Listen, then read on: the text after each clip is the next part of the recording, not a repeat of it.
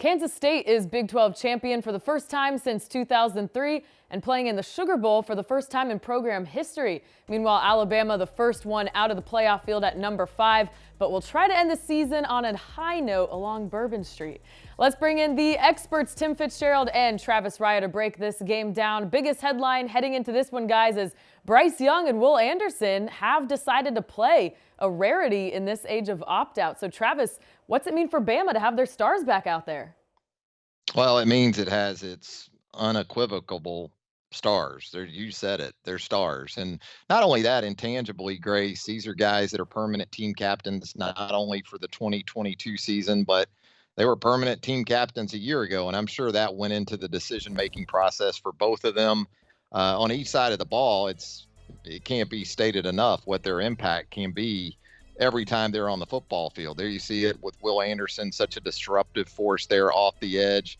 We've seen teams send 2, even 3 guys at him in an effort to deal with him on a down-by-down basis this season. And then, Bryce, really in every game that he started this year, he gave the Alabama defense an opportunity to close out games with the lead, and Alabama just wasn't able to do that in losses to Tennessee and LSU. So I think it means a couple of different things for Alabama. Obviously, the statistical and tangible production that you get from these two guys, but then again, intangibly, what they mean as inspirations to their teammates and, how much their leadership is depended upon, not only this year, but last year as well.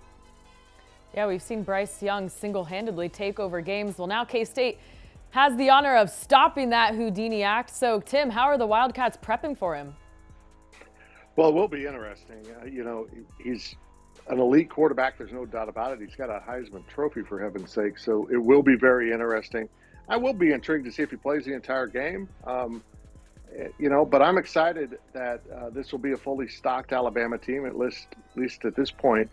And it'll be a tremendous test for a K-State defense that was very productive this year. They led the Big 12 in scoring defense, and they were able to suppress teams enough in this conference where scoring often gets a little carried away, and it's been fun to watch. But Felix Anudike-Uzomah is the Big 12 Defensive Player of the Year. He comes off the edge, and he sees double teams every game. So it's going to be quite a contrast here between the quarterbacks and the defensive ends and the pass rushers, I should say, that they're facing. And then on the flip side, the Bama run defense will have its hands full against one of the most dynamic runners in the nation in Deuce Vaughn. Plus the K-State quarterbacks, whatever kind of combination we see of them, we know they're both quite mobile themselves. So, Tim, what do you like about that matchup? Well, Deuce is awfully entertaining, and I'll be just really excited to see what he can do against a defense of this level. He's awfully hard to get a hold of. Surprisingly, they run in between the tackles an awful lot.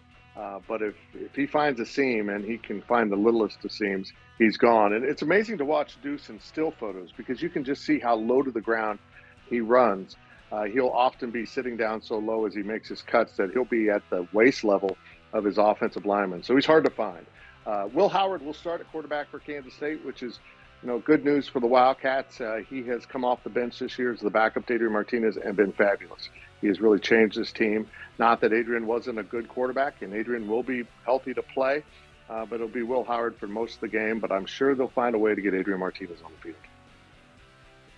I mean, we're talking about an Alabama defense sort of covered up in the fact that it was able to score almost at will against Auburn in the Iron Bowl, did give up 318 rushing yards to the Tigers its last time out. So it understands the challenge it has in front of it. It needs to play better. And the 2 losses for Alabama this year to LSU and Tennessee, both those teams were able to run the ball effectively enough to keep Alabama off balance defensively. Now, those teams did have agile quarterbacks, running quarterbacks. So it'll be interesting to see how much Howard is able to do with his legs. I kind of refer to him as the K-State Jake Coker. Reminds me of the old Alabama quarterback from 6 or 7 years ago from that regard. But maybe Martinez plays a role in that in some form or fashion.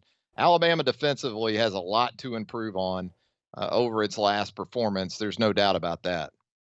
Let's talk about the importance of this bowl game for both teams. Travis, I think the fact that Bryce Young and Will Anderson are playing says a lot, but considering that making the playoff is the standard for the Alabama program, how locked in are the players?